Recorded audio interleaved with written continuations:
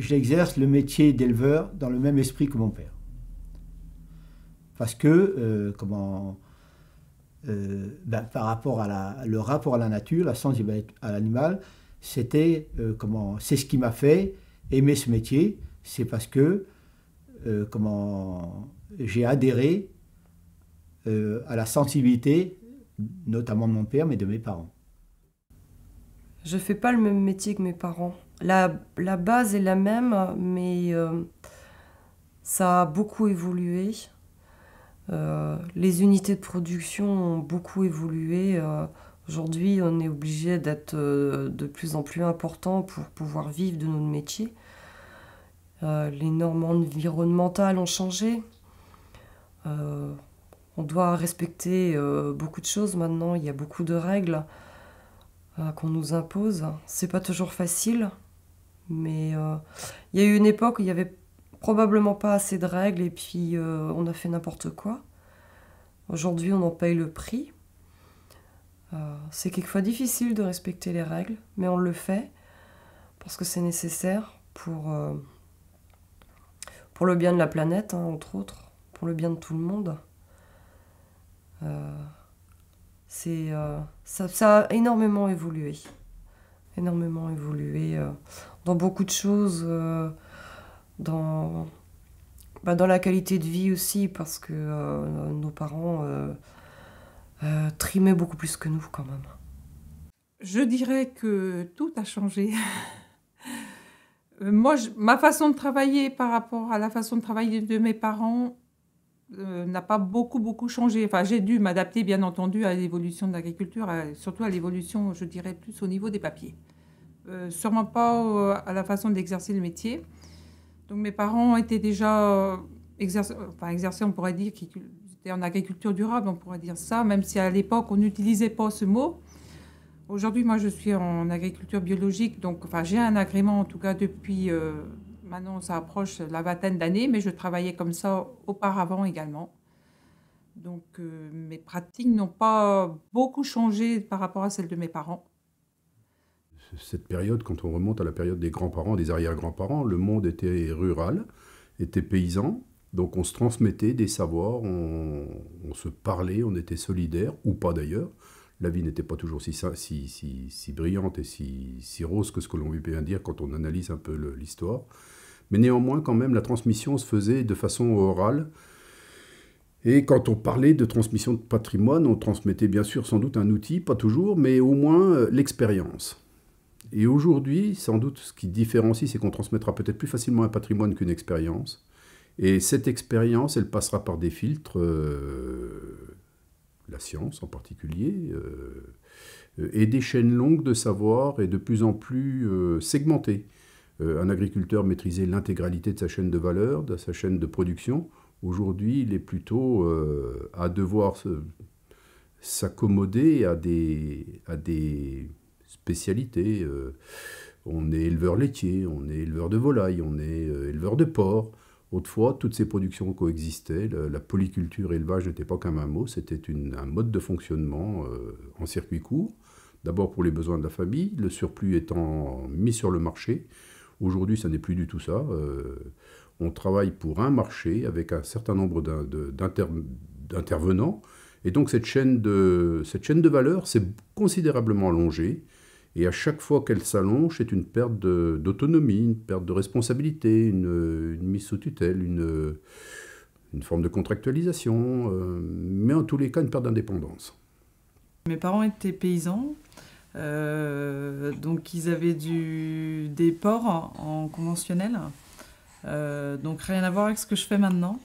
Mais c'est vrai que je pense que j'ai mis longtemps avant de me dire j'ai pas fait un cursus de formation agricole en fait. J'étais plutôt moi dans l'animation au début avec les enfants. Et puis j'y suis venue petit à petit parce que voilà, ça s'est imposé à moi un peu quoi. C'est vrai qu'avant, quand j'étais à l'adolescence, fin d'adolescence, je me disais jamais je m'installerais parce que c'est vrai que mes parents étaient en cochon. C'est une filière qui, on le voit encore maintenant, qui galère beaucoup au niveau des coûts, au niveau des prix. Donc moi j'ai toujours vu mes parents un peu ramer quoi quand même dans leur métier, aimer leur métier, mais voilà, avoir des difficultés à en vivre. Donc je m'étais dit jamais je ferais ça, et puis voilà, petit à petit ça s'est un peu imposé à moi. Après il y avait quelque chose d'important pour moi, c'était toujours cette histoire d'arriver à un produit fini, de pas être productrice de matières premières et de pas savoir où vont mes produits et de pas savoir pourquoi le prix monte et puis il redescend, enfin d'être tributaire de ça. Voilà, moi je voulais vraiment maîtriser tout le cycle, quoi. C'était vraiment important pour moi. J'ai toujours été passionné par l'agriculture. Je dois dire que mon père a quand même pas mal participé à me conditionner. Mais j'apprenais bien à l'école et mes parents, pendant une période, ne souhaitaient pas que je fasse des études agricoles. Ça a été difficile de les convaincre de me laisser faire des études agricoles. Et j'ai fait ces études agricoles. J'ai arrêté assez jeune. Ils ne voulaient pas que j'arrête non plus les études. Et donc, je me suis installé très jeune, à 18 ans. Et je n'ai aucun regret de mon choix de carrière. La relation n'est pas entretenue de manière très, très forte avec mon père, notamment parce que je pense que lui a beaucoup plus subi son métier d'agriculteur. C'est un peu dans les familles bretonnes, il y avait souvent de la part des parents en général, mais du père en particulier, une injonction sur l'évolution de carrière, enfin en tout cas les choix de formation des enfants. Et lui, il a été celui à qui on a dit « ben tu resteras ». Et je crois que s'il s'est investi dans le militantisme et dans l'engagement syndical notamment, c'était aussi pour donner la pleine mesure intellectuelle de ses ambitions, et que le métier d'agriculteur était un peu subi. Alors que, en ce qui me concerne, j'ai le sentiment inverse, c'est-à-dire que j'ai choisi ce métier-là véritablement, et je l'assume du coup aussi dans la durée. Donc le rapport que j'ai à la tradition, c'est quelque chose d'assez complexe. C'est-à-dire qu'à la fois, je défends une certaine façon une tradition, c'est-à-dire la tradition du métier de paysan, qui consiste à protéger la terre, protéger les animaux, protéger les hommes aussi, bien entendu, puisque tout ça est lié. Et en même temps, je m'inscris pratiquement en rupture avec le modèle dominant productiviste qui se réclame de la tradition, mais qui, à mon avis, est une fausse tradition. C'est-à-dire que le modèle productiviste, pour moi, aujourd'hui, s'inspire plus de l'industrie que de la paysannerie. Et le lien entre tout ça, c'est la technique, voire l'hypertechnicité, qui est aujourd'hui sollicitée dans les élevages industriels pour prétendre à un revenu correct, ou même à l'acceptabilité par les autres paysans, quoi. Donc il y a une forme d'isolement là, de ceux qui ne rentrent pas dans le système dominant, qui m'inquiète beaucoup et que je ne vis pas très bien. Qu'est-ce qui m'est positif? Il y a pas mal de choses, parce que bon, il y a les tracteurs qui sont arrivés tout de suite, et avec le matériel. Alors donc, les chevaux ont été plus ou moins, peu à peu, abandonnés. Parce que même si c'était des petits tracteurs qu'on avait au début, on faisait 3 fois plus de boulot dans la journée qu'on faisait avec les chevaux. Mais bon, il y a aussi, tout n'est pas bien de ce qui s'est passé. Parce que chacun dans sa petite ferme vivait. Il n'y avait pas besoin d'avoir une grande ferme. Ceux qui n'étaient que 2 personnes n'avaient pas besoin d'une grande ferme. Et si c'était bien fait, ils arrivaient à gagner leur vie. Maintenant, ce qui s'est passé, on a essayé, on a continué d'éliminer les petits. Quand il y avait des anciens qui lâchaient leur ferme, si on pouvait, on le mettait à suivre une autre. On a continué d'agrandir et d'agrandir, c'est-à-dire qu'il faisait les gens partir. Toujours grossir pour grossir, je ne suis pas sûr que ce soit ça qui soit l'essentiel pour l'avenir. Moi, il faut rester dans un rapport humain par rapport à ce qu'on est capable de faire, ce qu'on sait faire. Et malheureusement, on voit trop de gens dans notre métier qui continuent à empiler un peu du travail de plus en plus, et puis à un moment, ils sont dépassés. Et dans l'avenir, pour les jeunes, c'est bien le modernisme et tout ça, mais le rapport à la nature, le rapport au métier est quand même très important, et surtout à l'animal. Et dans le métier de producteur de lait, il y a un certain nombre d'animaux qu'on peut s'occuper, mais bon, il ne faut pas dépasser la dose non plus. Malheureusement, on devient de moins en moins nombreux en agriculture, en agricole, je veux dire, en agriculteur ou agricultrice, c'est ça qui est même inquiétant. Et parce que moi, une exploitation comme la mienne, à Kerglof, il y a 15-20 ans, c'était entre guillemets une grosse exploitation, 50 hectares, c'était vraiment que maintenant, je dois être avant-dernière d'exploitation. 50 hectares, c'est petit maintenant, c'est petit. Donc, mais bon. Bon, moi, par la suite, je sais que très bien, moi, aucun de mes enfants va reprendre. Ça sera, malheureusement, ça sera un agrandissement. Pour un agrandissement, pour quelqu'un. Quelqu'un ne pourra plus... mes bâtiments, plus personne ça sera les terres, seront repris, c'est tout. D'un point de vue humain, oui, la façon de produire aujourd'hui, elle est complètement différente, en fait, quoi. Si je me réfère à ma jeunesse, je pense ne pas me tromper, mais c'est comme ça que je le percevais en tous les cas. Il y avait je ne vais pas dire que c'était de l'insouciance de la part des parents, mais une chose est sûre, c'est qu'ils n'avaient pas besoin de se prendre la tête sur le lendemain. Ils avaient la production qu'ils avaient, ils la faisaient du mieux qu'ils pouvaient, ils le faisaient même très bien, et ils savaient qu'ils allaient réussir à élever la famille, et ils étaient heureux. Moi, j'ai une jeunesse géniale, magnifique, et aujourd'hui, c'est complètement différent. Aujourd'hui, on a les banques, on a les fournisseurs, on n'a pas le choix. Il faut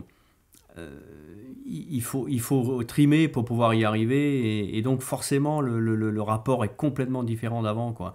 Je ne vais pas vous dire qu'on a la peur du lendemain, mais presque quand même, quoi. Il est clair que l'exploitation ne se mène pas aujourd'hui comme elle se menait il y a 10 ans, même il y a 20 ans, et même il y a 40 ans, quand mon grand-père était exploitant, c'était complètement différent. Alors ça s'est certainement professionnalisé, je dirais industrialisé, et on devient de plus en plus seul dans les exploitations, puisque les moyens de production sont de plus en plus importants. Donc on a plus de boulot, on a certainement moins de revenus, alors à proportion de ce qu'ils avaient quand mes grands-parents étaient installés. On a une qualité de vie qui est différente, mais je pense qu'on prend moins le temps de vivre aujourd'hui qu'eux ne faisaient, notamment pour les périodes de moisson, les périodes d'ensilage. Aujourd'hui, il faut de toute manière que ça aille vite, puisqu'il y a une logique de rentabilité, et puis tout est fait par entreprise, en tout cas chez nous, au niveau des récoltes. Donc on essaye de réduire ces temps-là pour que la contrainte soit réduite. Donc c'est clair que avant, quand mon grand-père devait passer peut-être 3 semaines ou 1 mois à faire du maïs, c'est pareil à la moisson, et autant de soirées chez les uns, chez les autres, aujourd'hui c'est complètement différent. Maintenant, non, c'est plus du tout pareil. Malheureusement, c'est chacun chez soi, et malheureusement, c'est entre eux, c'est pas qu'ils ils se mangent l'un contre l'autre. C'est celui qui a le plus gros tracteur, celui qui a le plus gros matériel. C'est devenu... non, c'est plus du tout pareil. C'est complètement... Par rapport à... Par exemple, au niveau les jeunes, maintenant, c'est... malheureusement, c'est gros tracteur, gros matériel. Que moi, mon exploitation, j'ai un tracteur, j'ai 45 vaches... Bon, j'ai très peu de matériel, je fais tout en entreprise, par entrepreneur, et ça me convient très bien. Bon, c'est vrai que la mentalité a changé, c'est plus du tout pareil. Non. Non, c'est plus comme on dit, on parlait de l'exploitation familiale. Moi, mon exploitation, il y a 15-20 ans, ça faisait vivre une famille. Maintenant, moi, il a fallu que j'aille, je travaillais à l'extérieur, je travaillais dans des restaurants, parce que je n'arrivais pas, même toute seule. Les années de mes parents, lorsqu'ils se sont installés, ils vivaient très bien avec 2 fois moins d'animaux que je n'ai aujourd'hui, moi. Et c'est là que c'est un petit peu regrettable. En fait, les prix n'ont pas du tout évolué. En fait, seule, je dirais, la technicité a évolué. On s'est même fortement amélioré à tout point de vue dans l'élevage. Et en fait, tous ces gains qu'on a produits, ils ont été captés après par d'autres. On pense toujours, c'est vrai, à la grande distribution qui capte toujours la valeur ajoutée. Et nous, on a les miettes, quoi, mais c'est vrai que c'est un petit peu regrettable, quoi. À l'époque, il suffisait de produire et puis les gens gagnaient de l'argent. Aujourd'hui, je crois qu'on n'a pas le droit à l'erreur. C'est-à-dire qu'une mauvaise décision peut entraîner des conséquences économiques très importantes.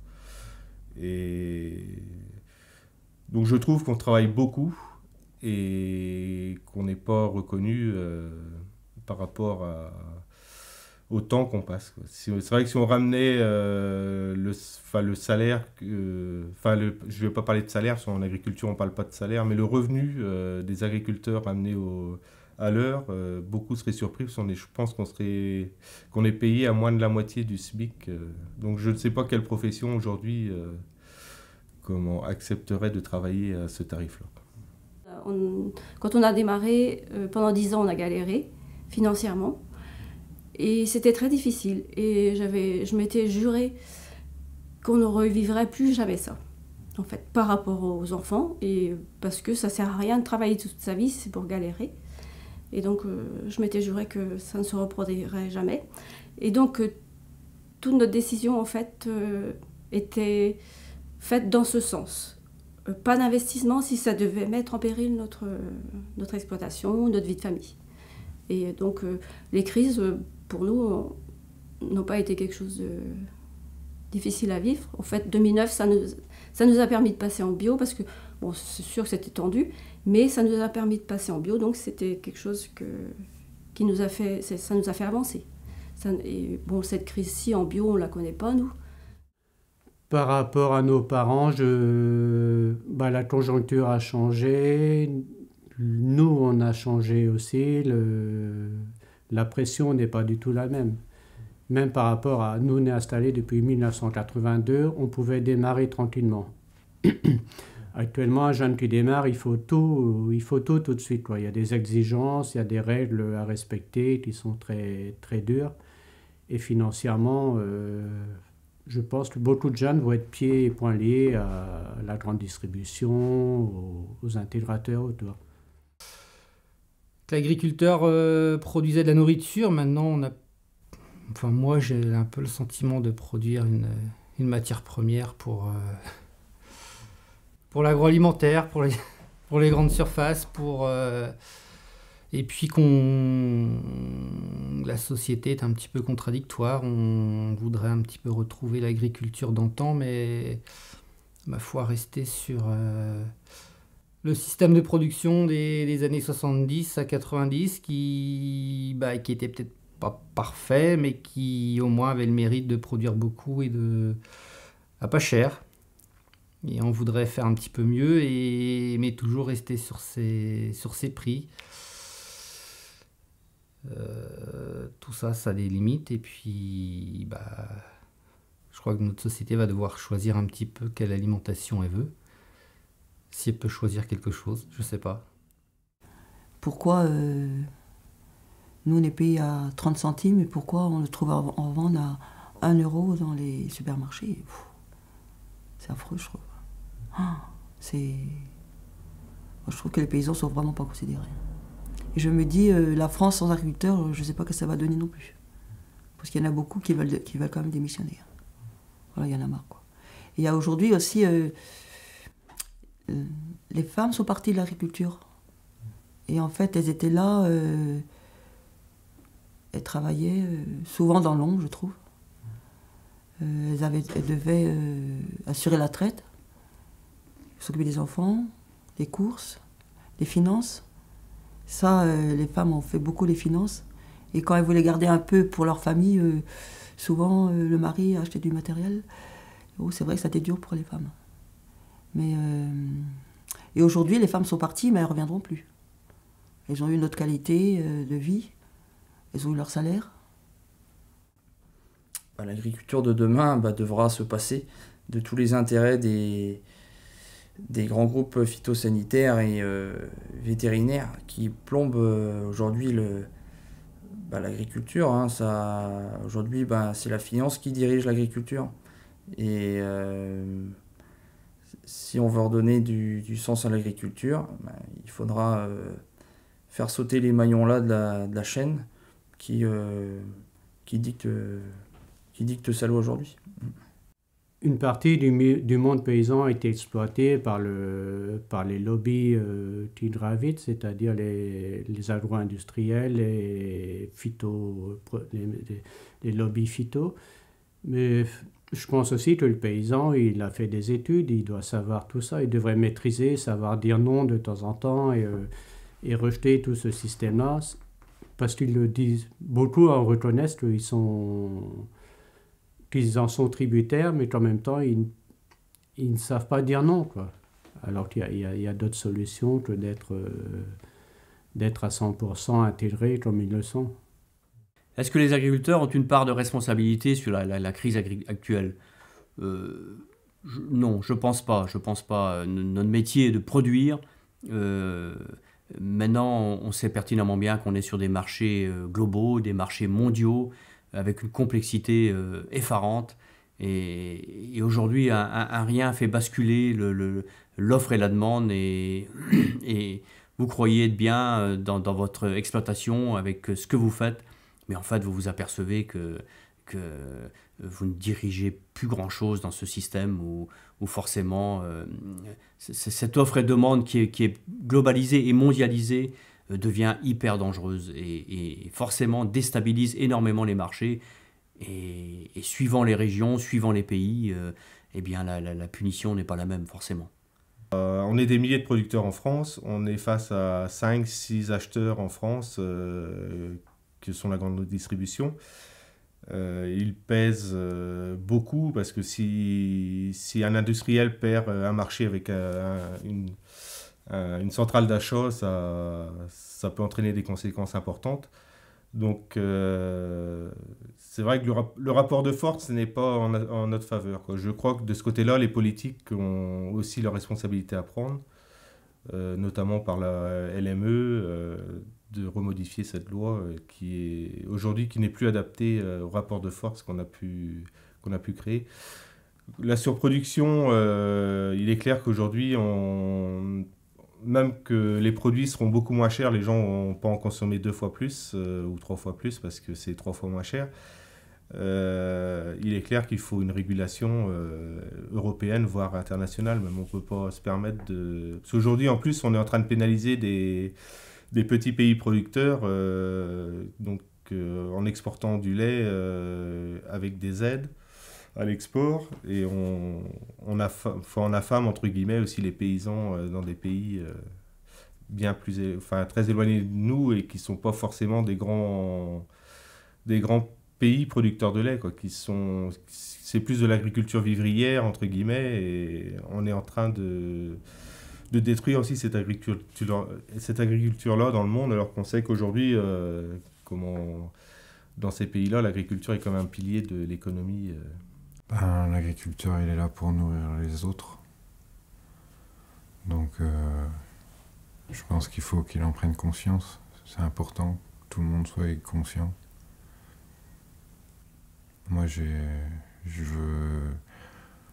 vous dis, moi, mon plaisir, c'est de pouvoir donner du fromage aux enfants et d'être certain de lui donner quelque chose de qualité.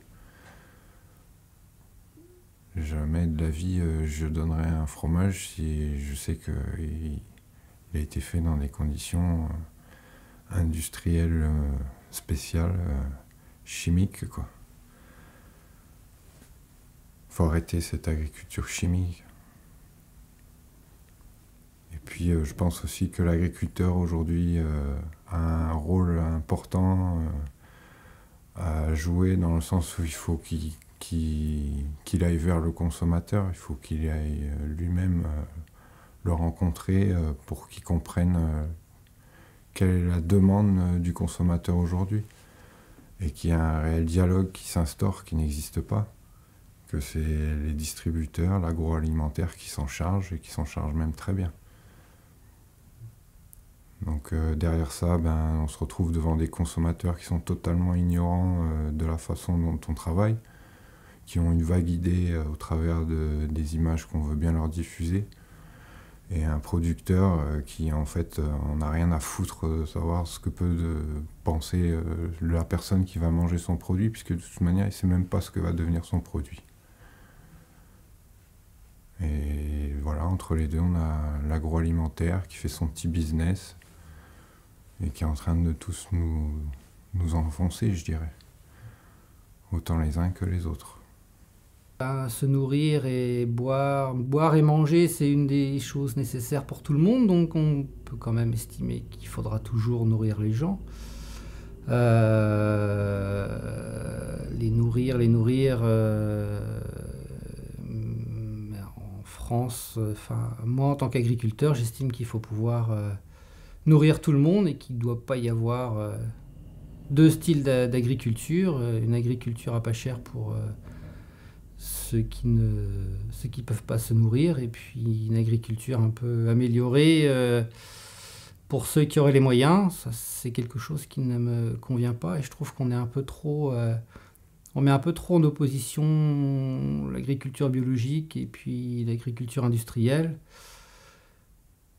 Il me paraît plus judicieux d'avoir un juste milieu de labels et d'AOC ou d'AOP, parce que je me dis que des fois l'élevage français est tellement dépendant des primes qu'on pourrait dire la société française pourrait se dire on veut une ferme française qui passe en bio, et les agriculteurs n'auront leur prime que s'ils passent en bio, et c'est faisable. On pourrait même se dire allez, on se donne 10 ans, puis dans 10 ans la ferme France passe en bio, mais une fois qu'on serait tous passés en bio, en agriculture biologique, je ne suis pas persuadé que la grande surface, que l'agroalimentaire se comporterait différemment qu'aujourd'hui. Et dans ces cas-là, on se retrouverait à faire différemment, une production un petit peu plus chère, mais on serait toujours dans le même optique de toujours produire et d'apporter de la matière première pour pas cher. Par rapport aux aides, je souhaiterais donc qu'on en ait moins, parce que je trouve que c'est un système qui est malsain. Donc c'est aussi la reconnaissance. Je crois que le consommateur doit aussi avoir la reconnaissance du juste prix de la valeur des choses, de la valeur travail du paysan, reconnaître le fruit de son travail, le prix que ça vaut. Et que ce serait quand même plus juste qu'on soit rémunéré en fonction de nos coûts de production. On a des chiffres qui sont quand même publics aujourd'hui, qui sont consultables par tous. Et c'est vrai que je trouve que c'est un système malsain, parce qu'en plus, donc les aides sont, elles sont réparties bien sûr selon des critères qui sont parfois inadéquats par rapport à beaucoup d'exploitations. Donc certains se sentent lésés, certains sont plus favorisés. C'est un système qui est malsain. Donc, et puis c'est aussi la reconnaissance par le public de la juste valeur des choses, quoi. Je crois que le consommateur va être obligé de devenir consomme-acteur et devoir choisir et faire des choix. Mais il faut qu'il puisse faire ses choix par un étiquetage. Je crois que c'est des choses simples qui peuvent être mis un peu en place. Et puis, ma foi, s'il fait le choix de l'alimentation à pas cher, on peut le faire. Et puis, s'il s'ils préfèrent mieux, eh ben, on peut aussi le faire, mais on peut pas... Autant l'agriculteur a fait au moins l'agriculteur breton sur le sujet des nitrates et des eaux de sources polluées, il a fait de gros efforts, mais il faut bien savoir, le consommateur doit bien savoir que tous ces efforts se font par des investissements et que au bout d'un moment, si on veut aller plus loin, il faut aussi qu'on puisse nous, comme tous les autres, retirer un revenu et puis avoir une certaine vue à long terme, quand des projets PAC qui sont sans cesse revus et qui évoluent sans cesse, c'est pas si évident que ça de chercher à s'adapter tous les 4-5 ans ou changer de direction. Quand je fais une conférence et que avec mon diaporama, je fais passer sur un diaporama nos résultats, et en particulier nos résultats économiques de mon exploitation, mais de tous les gens qui nous suivent, où finalement on gagne un tiers de plus que les autres, en travaillant moins et en polluant 10 fois moins. Quand le débat est ouvert avec la salle, la question qui vient tout de suite, mais M. Beauchamp, ce que vous nous avez montré là est tellement convaincant, comment se fait-il que tous les agriculteurs ne font pas la même chose? Voilà la question. En effet, comment fait-il que, voyant de tels résultats, les agriculteurs continuent dans ce modèle qui les mène à l'impasse complète? Comment se fait-il?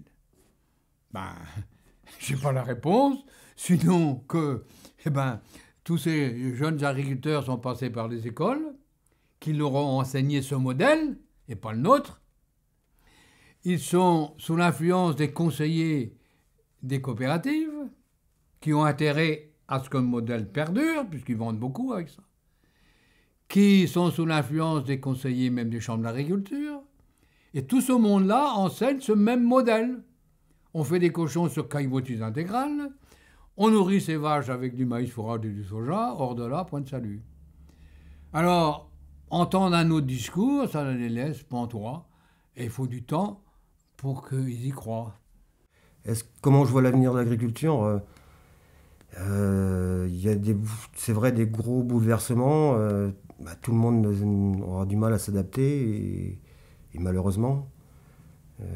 Mais je pense qu'on n'a pas beaucoup de choix non plus, donc essayer de produire de la qualité, voilà. Ouais, mon sentiment, c'est ça. Et ça, on sait le faire. Non seulement on sait le faire, mais à mon avis, il faut le dire aussi. Il faut le dire qu'on fait de la qualité. Il faut dire ce qu'on fait, voilà. Parce que l'opinion, les gens, les consommateurs ont besoin de savoir, comment on produit. Eux, ils ont l'image un peu qu'on fait, peut-être pas forcément, mais ils ont un peu l'image que certains agriculteurs font un peu n'importe quoi. Alors que la majorité font des produits de qualité, et donc il faut le dire. Il faut le montrer, voilà.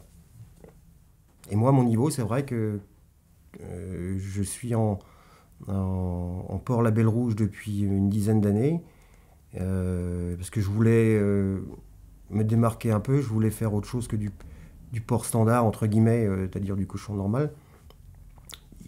Donc je travaille avec, je fais du porc label rouge depuis maintenant 10 ans, avec des aliments à base de soja non OGM, de la graine de lin de style bleu blanc cœur que je mets dedans. Et je fais des animations en plus dans les magasins, que ce soit du Carrefour ou du Auchan. Je vais à la rencontre des consommateurs 2 fois par an. Et je suis très bien perçu. Au début, j'avais un peu d'anxiété, mais depuis 10 ans que je fais ça, les gens sont super contents. Même certains me reconnaissent d'une année sur l'autre quand je vais dans les magasins. Voilà. Je pense qu'au jour d'aujourd'hui, mon métier, comme celui d'autres petits producteurs locaux, a une place dans la société parce que c'est aussi une façon d'apprendre aux gens qu'il y a d'autres solutions, qu'on peut vivre d'un métier d'une façon différente que ce qu'on a connu jusque-là. Et aussi, par exemple, en ouvrant les portes de nos exploitations, de réapprendre aux gens, aux enfants, mais aussi aux adultes, d'où viennent les produits qu'ils consomment, et de prendre conscience que c'est important, en fait, de quelle façon ils sont cultivés ou élevés, parce que ça se répercute forcément sur la qualité du produit.